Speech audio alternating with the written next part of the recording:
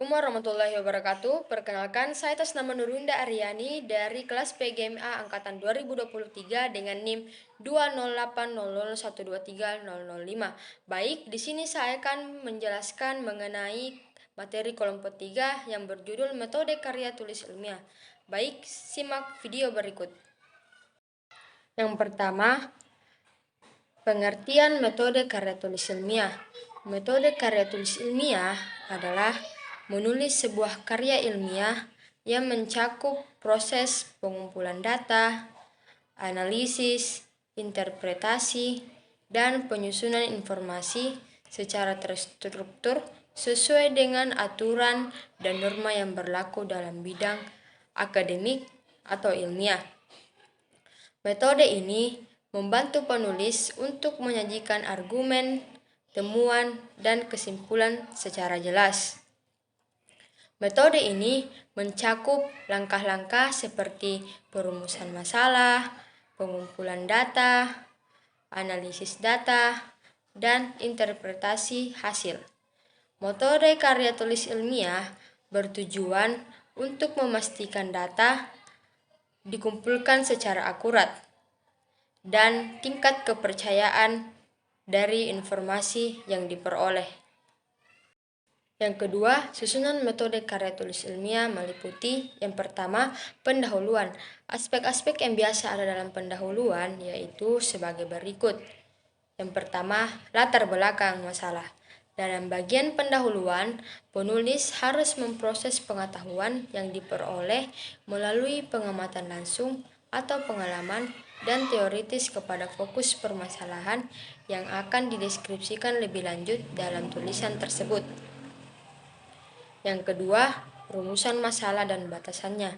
Rumusan masalah sangat penting untuk memperjelas arah pembahasan dalam karya tulis ilmiah yang akan dibuat, demikian pula dengan batasan masalahnya. Hal tersebut sebagai gambaran fokus penelitian dan penulisan yang akan dikembangkan oleh penulis. Yang ketiga, tujuan dan manfaat. Tujuan dan manfaat ini dilakukan untuk memberikan gambaran tentang maksud dilakukannya penelitian dan penulisan karya tulis ilmiah, serta membantu memberikan gambaran tentang nilai yang tersimpan di balik tulisan tersebut yang dapat diambil manfaatnya oleh para pembaca. Yang keempat, kerangka berpikir. Adanya kerangka berpikir untuk menghadirkan istilah yang digunakan dalam berbagai bidang yang menjadi landasan utama dikembangkan proses penelitian dan pembahasan hasil-hasilnya. Yang kelima, metode dan teknik analisa. Metode dan teknik analisa data perlu diungkapkan agar pembaca mengetahui bagaimana penulis melakukan proses penghimpunan data penelitian yang selanjutnya dianalisis dengan menggunakan teknik tertentu. Yang keenam, sistematika penulisan.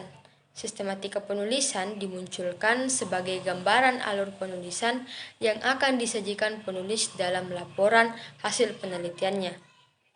Yang kedua, isi. Bagian isi atau biasa disebut induk tulisan secara umum meliputi landasan yang jelas, metodologi, dan pembahasan. Landasan yang jelas menjelaskan tentang fokus masalah tulisan, argumen-argumen para ilmuwan, baik berupa hasil penelitian terlebih dahulu maupun hasil dari proses nalar para ilmuwan yang memfokuskan diri dalam disiplin ilmu terkait. Yang ketiga, penutup atau kesimpulan. Sebagai penutup, pada bagian ini, penelitian harus memberikan kesimpulan dari hasil penelitiannya. Banyaknya simpulan harus konsisten dengan rumusan masalah. Jika rumusan masalah 4, maka kesimpulan juga 4. Kalaupun mau ditambahkan 1, yang biasa disebut kesimpulan umum. Selanjutnya, metode dan teknik analisa karya tulis ilmiah. Metode dan teknik analisa data perlu diungkapkan agar pembaca mengetahui bagaimana penulis melakukan proses penghimpunan data empiris yang selanjutnya dianalisis dengan menggunakan teknik tertentu.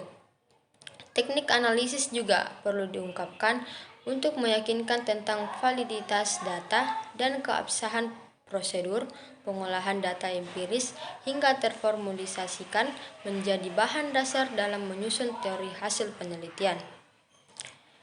Sukma Dinata 2008-52 mengungkapkan bahwa metode penelitian merupakan rangkaian cara atau kegiatan pelaksanaan penelitian yang didasari oleh asumsi-asumsi dasar, pandangan-pandangan filosofis dan ideologis, pertanyaan dan isu-isu yang dihadapi.